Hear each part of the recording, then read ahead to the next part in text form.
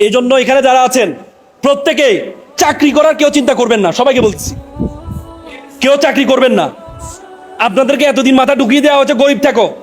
আল্লাহ রাসূল বলছে কাজ আল ফাকরু ইয়াকুন আল কুফরান, দারিদ্রতা মানুষকে কাফেরের দিকে ধাবিত করে। দারিদ্রতা মানুষকে কাফেরের দিকে ধাবিত করে। আপনি যখন আল্লাহ আলী রাদিয়াল্লাহু তাআলা আনহু বলেছে দারিদ্রতা, এটা যদি কোনো মানুষের নাম হইতো তাহলে আমি তারা হত্যা করতাম, কারণ দারিদ্রতায় মানুষ কষ্ট পায়।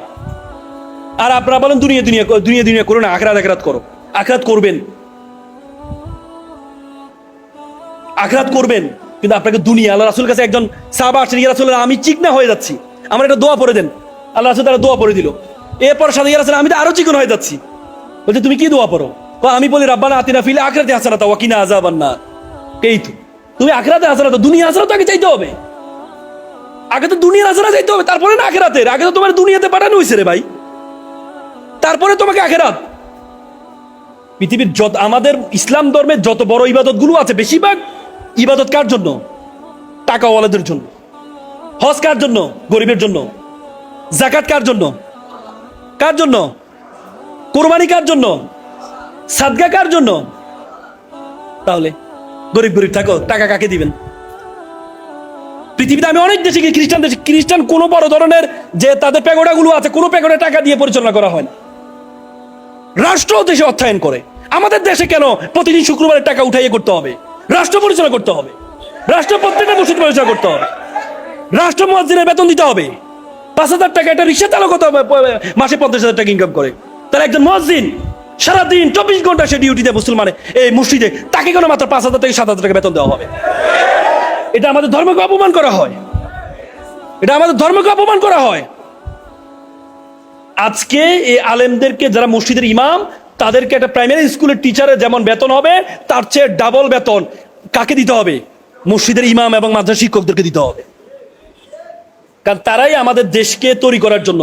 আপনি দেখেন বাংলাদেশে 5 বার দুর্নীতি চ্যাম্পিয়ন হয়েছে। কয়বার? 5 বার। যতজন দুর্নীতি করেছে তার মধ্যে কয়জন দেখবেন আপনার মাদ্রাসা ছাত্র? কয়জন পাবেন? বাংলাদেশ মাদকাসক্ত অ্যালার্মিং হয়ে দাঁড়িয়েছে, কয়জন মাদ্রাসা ছাত্র মাদক গ্রহণ করে? তার মানে বাংলাদেশকে সুন্দর করার জন্য তারা করে। আর আপনি সকল ফলাফল দেন কাকে? যাদের কোনো নৈতিকতা নাই, যাদেরকে টাকা দিবেন 100 টাকা, 99 টাকা খাই ফেলে, তাদেরকে আপনি দেশ তৈরি করার জন্য দেন।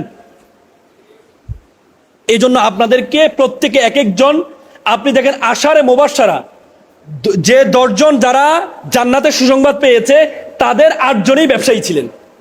কয়জন? আজকে জুবাইর ভাই উনি যদি চাকরি করতেন, হয়তো একটা কলেজের টিচার হইতেন বা বিশ্ববিদ্যালয়ের টিচার হইতেন, কিন্তু তার অধীনে কতজন এখন চাকরি করে? কতজন? 100, 200, সামনে 1000 জন চাকরি করবে। এরকম উদ্যোক্তা তৈরি হতে হবে, এরকম উদ্যোক্তা তৈরি হতে হবে। আল্লাহর রাসূল খাদিজা, আল্লাহ তাআলা আল্লাহর রাসূলকে যত সিদ্ধান্ত, সব সিদ্ধান্ত আল্লাহর পক্ষ থেকে আসে না? খাদিজাতুল কুবরা রাদিয়াল্লাহু আনহাকে কেন বিবাহ করেছেন 40 বছর বয়সে? কিসের জন্য? সেটিও আল্লাহর সিদ্ধান্তে। কারণ ইসলাম প্রচারের জন্য টাকা লাগবে, অর্থ লাগবে, অর্থ লাগবে, সেটি আমাদেরকে শিক্ষা দিয়েছে।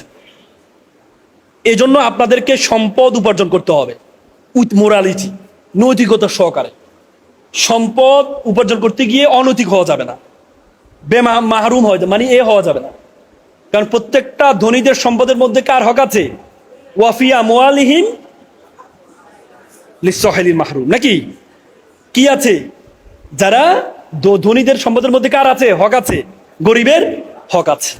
তো সুতরাং আমি আর কথা বলবো না, আমি আপনাদেরকে এটি বলবো, আপনারা সবাই এক একজন বড় বড় উদ্যোক্তা হবেন, এক একজন এক একটা আহম্মদ এডুকেশনের মধ্যে একটা শিক্ষা প্রতিষ্ঠান দিতে পারবেন তো? পারবেন তো ইনশাআল্লাহ।